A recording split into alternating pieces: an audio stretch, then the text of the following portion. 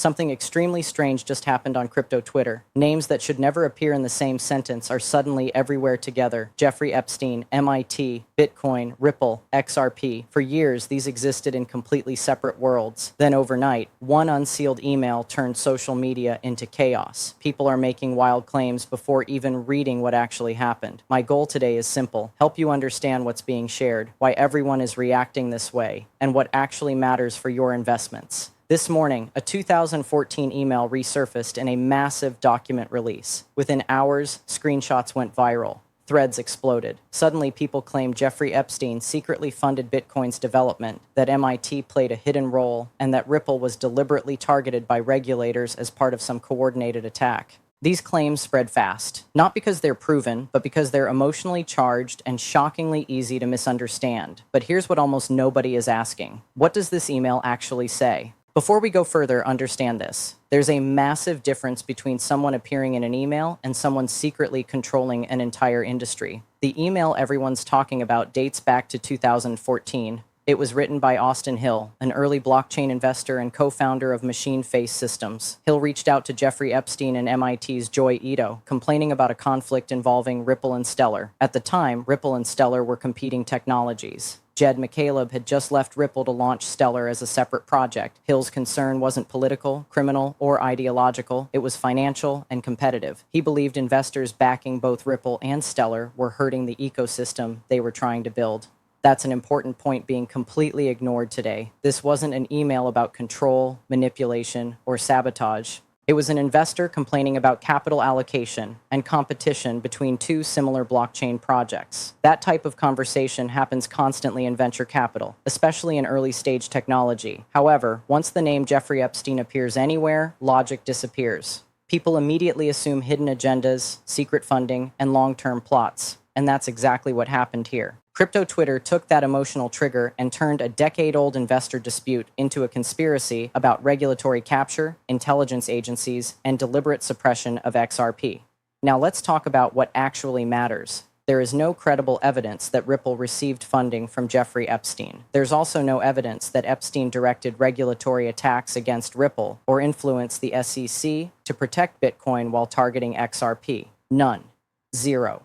What we do have is evidence that Epstein, like many wealthy individuals at the time, had loose connections across tech, finance, and academia. That doesn't equal control, funding, or orchestration. David Schwartz, Ripple's chief technology officer, addressed this directly. He stated clearly that he's not aware of any connection between Jeffrey Epstein and Ripple, XRP, or Stellar. He also explained that in the early days, crypto discussions around nonprofits, token distribution, and funding models were messy, experimental, and often controversial. This was before ICOs existed, before securities laws were even discussed in crypto, and before anyone imagined these networks would be worth tens of billions of dollars. Here's the part most people miss. We're judging early crypto decisions using today's knowledge. That's a mistake. In 2014, crypto was still an experiment. Mistakes, disagreements, and bad ideas were common across every project, including Bitcoin, Ethereum, Ripple, and Stellar. That doesn't mean there was a coordinated plan to destroy one and protect another. But you won't believe what's actually driving this story.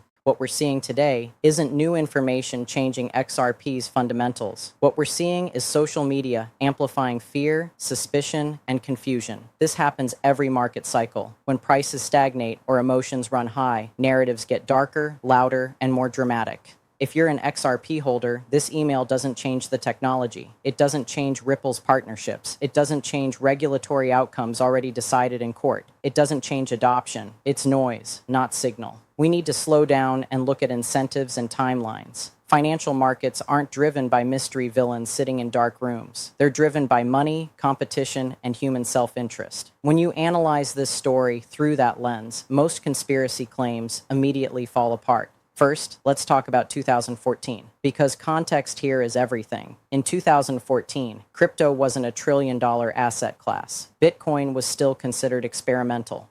Ethereum hadn't launched its main network, Ripple wasn't a household name, Stellar had just been created after Jed McCaleb left Ripple. There were no clear regulations, no playbooks, and no dominant narrative about what crypto would eventually become. Investors were placing early bets, often backing multiple projects simultaneously, because nobody knew which one would win. This is exactly what the email reflects. Austin Hill was frustrated that the same investors were supporting both Ripple and Stellar. From a competitive business perspective, that concern makes sense. If you believe two projects are fighting for the same market, you want capital focused, not split. That doesn't mean sabotage. It means disagreement over strategy. Venture capital is full of these disputes. Most never make headlines because they're not scandalous. But here's where the story gets even stranger. Now let's address the idea that Jeffrey Epstein somehow controlled Bitcoin's development through MIT. This is where logic really breaks down. Bitcoin is open source software. Its core code is publicly reviewed, publicly contributed to, and publicly debated. There's no central switch you can flip to secretly control Bitcoin. Even if someone donated money to researchers or developers, that doesn't give them command over the network. That's not how decentralized systems work. Yes, MIT's digital currency initiative received funding from multiple donors over the years. That includes corporations, foundations, and wealthy individuals. That doesn't automatically mean those donors controlled outcomes. If that were the case, every university research department in the world would be a conspiracy hub. Funding doesn't equal direction, and influence doesn't equal control. Another claim spreading online is that Gary Gensler was somehow guided or influenced through Epstein-connected networks to go after Ripple while protecting Bitcoin. This idea ignores one very inconvenient fact. Gensler publicly taught courses on blockchain and Bitcoin at MIT years before he became SEC chair. His views on Bitcoin being more commodity-like were already documented long before Ripple's legal issues escalated. You don't need a hidden hand to explain his regulatory stance. His public record already explains it. People also forget that the SEC didn't go easy on crypto in general. Ethereum faced scrutiny, ICOs were crushed, exchanges were targeted, lending platforms collapsed under enforcement. The idea that only XRP was singled out for suppression while Bitcoin was magically protected doesn't match reality. Bitcoin survived regulatory pressure because of its structure, age, and decentralization narrative, not because of secret protection. But what's really driving this emotional reaction? Let's talk about human behavior on social media, because this is driving most of the confusion. When people are financially invested in an asset, they naturally look for external reasons to explain underperformance. It feels better to believe you're being suppressed than to accept that markets move slowly, adoption takes time, and cycles are unpredictable. Conspiracies provide emotional comfort. They give frustration a villain. But markets don't care about feelings. They care about liquidity, utility, adoption, and regulation. None of those variables are affected by a decade-old email showing an investor complaining about competition. It's also important to understand that early crypto was full of overlapping relationships. The same names appear across Bitcoin, Ethereum, Ripple, and Stellar because the industry was small. Developers, investors, and researchers all knew each other. That overlap is being presented today as something sinister, when in reality it was unavoidable. You can't build a new financial system with zero overlapping participants. Another mistake people are making is assuming intent without evidence. Just because someone discussed Ripple, Stellar, or Bitcoin in an email doesn't mean they intended to manipulate outcomes. Intent requires proof. Emails discussing business conflicts are not proof of global coordination. What we're witnessing now is pattern matching without discipline. People are lining up dates, names, and events, then drawing straight lines between them without asking the most important question. Who benefits? There's no clear beneficiary here. Ripple continued building. XRP survived the lawsuit. Bitcoin didn't need Epstein to succeed. Ethereum exploded without his involvement. The supposed master plan doesn't produce consistent outcomes. As a crypto investor, this is the moment where discipline matters. If you let emotionally charged narratives distract you from fundamentals, you lose focus. Technology adoption doesn't stop because of Twitter threads, and the timing of this story reveals something crucial. The timing is rarely random. These narratives don't usually appear when markets are calm, trending clearly, and confidence is high. They appear during uncertainty, consolidation, or frustration. That context matters more than the content itself. Right now, the crypto market is in a phase where many investors feel tired. Prices have moved sideways for long periods. Expectations were higher. Narratives promised faster results. When momentum slows, people start searching for explanations that go beyond normal market cycles. That's when emotionally charged stories gain traction, especially ones involving powerful names, secret influence, and hidden suppression.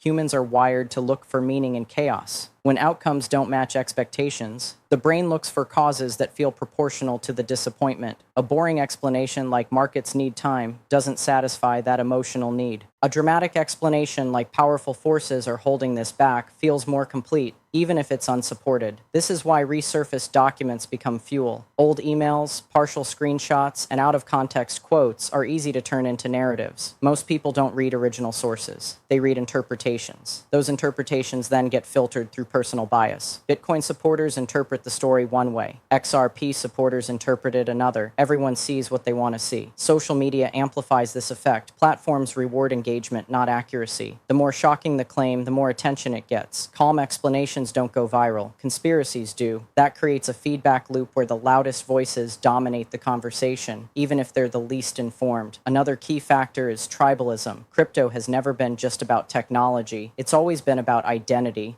People attach their sense of being right, early, or smart to the assets they hold. When those assets underperform, it feels personal. Narratives that blame external enemies help protect that identity. They turn market risk into moral struggle. This is why phrases like suppression, manipulation, and regulatory capture get used so freely. But smart investors do something completely different. Smart investors detach emotion from analysis. They ask boring questions. Does this change adoption? Does this change network utility? Does this change legal outcomes? Does this change institutional behavior? In this case, the answer is no across the board. It's also worth recognizing that crypto history is messy. Early builders made decisions without knowing the future. Some ideas failed, some succeeded, some crossed ethical lines by today's standards without realizing it at the time. That doesn't automatically invalidate entire networks. If it did, no technology sector would survive scrutiny. People also underestimate how decentralized success really is. Bitcoin didn't succeed because of one institution. Ripple didn't survive because of one investor. Ethereum didn't grow because of one foundation. These systems evolved through thousands of contributors, developers, users, and market forces.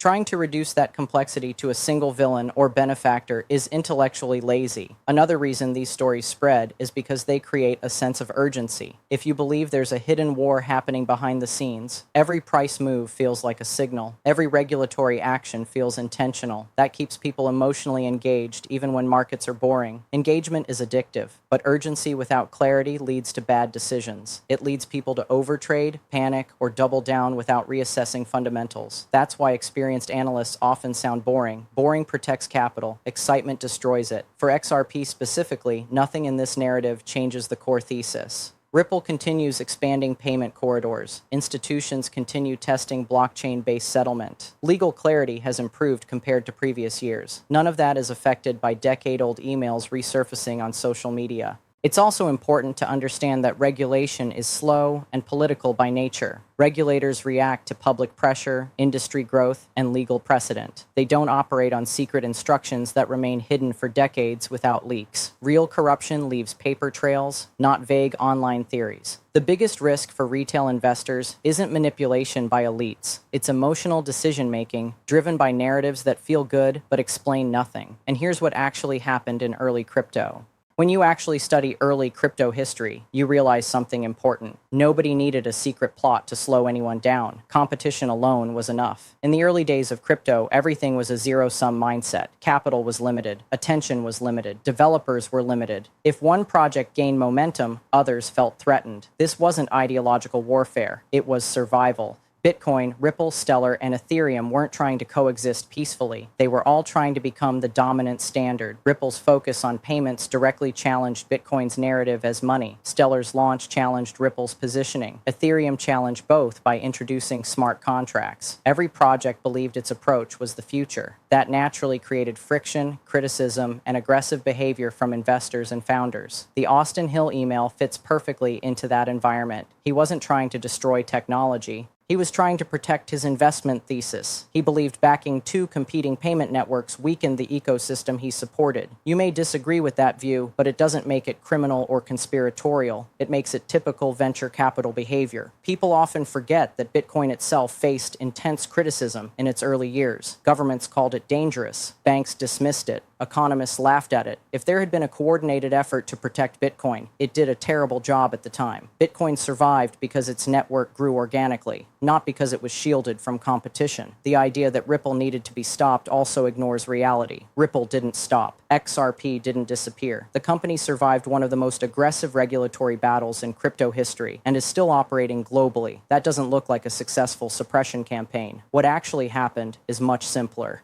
Ripple built technology that directly touched the existing financial system. When you challenge legacy finance, you invite scrutiny. Bitcoin positioned itself as separate from the system. Ripple positioned itself as infrastructure for it. Those paths naturally lead to different regulatory outcomes. This is where many retail investors get confused. Regulation isn't always about favoritism. It's often about proximity. The closer you are to traditional finance, the more rules apply. Ripple was closer, Bitcoin was further away. That alone explains most of the difference in treatment. Another uncomfortable truth is that early crypto wasn't ideologically pure. Many people involved were experimenting, speculating, and chasing opportunity. Some made ethical mistakes, some made legal mistakes. That doesn't mean the technology itself is flawed or corrupted beyond repair, but here's what actually matters right now. Technology evolves faster than governance. When people say they tried to stop XRP, what they often mean is progress was slower than expected. That happens in every disruptive industry. The internet took decades to reshape media. Smartphones took years to reach mass adoption. Blockchain is no different. It's also important to separate individuals from networks. Just because someone discussed Ripple, Bitcoin, or Stellar doesn't mean they controlled outcomes.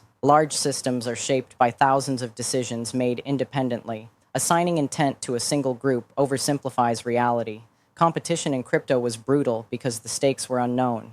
Nobody knew which network would win. That uncertainty created fear, aggression, and defensive behavior. Emails like the one resurfacing now are artifacts of that chaos, not evidence of long-term coordination. What worries me most is how quickly these narratives distract from what actually matters today. Adoption, scalability, regulatory clarity, utility. Those are the variables that determine long-term value, not decade-old conflicts between early investors. If you believe in XRP, you should focus on what Ripple is doing now, not on who complained about Stellar in 2014. If you believe in Bitcoin, you should focus on network security and adoption, not on who funded academic research years ago. Crypto isn't a morality play. It's an emerging financial system. It's messy, imperfect, and shaped by human behavior. Expecting clean histories is unrealistic. What actually matters for investors right now? Adoption, technology development, market demand, and regulatory clarity. Those are the forces that create real lasting value in crypto. The story we just reviewed is a perfect example of noise. A decade-old email involving early investors, a competing project, and a wealthy individual unrelated to current operations of Ripple or XRP is being presented as evidence of a larger plot. In reality, it's an artifact of early-stage competition, not a blueprint for suppression. Understanding that distinction is critical because it prevents emotional reactions from dictating financial decisions. Another takeaway is the role of timing. This email resurfaced now because social media is always searching for stories that grab attention. When markets are consolidating or underperforming, narratives become louder. People naturally look for someone to blame. As investors, recognizing this pattern helps you filter signal from noise. Price movements and adoption metrics are far more important than the latest viral headline. For XRP holders specifically, here's the reality. Ripple continues to expand global payment corridors. Institutions are still testing blockchain-based settlement. Partnerships are growing. Legal clarity, while still developing, is far ahead of where it was a few years ago. None of that progress is affected by old emails, online speculation, or conspiracy narratives. In other words, fundamentals are intact, and adoption continues to be the key driver of long-term value. For Bitcoin and other networks, the same principle applies. Open source development, decentralized contributions, and global adoption cannot be altered by a single investor or even a group of wealthy individuals.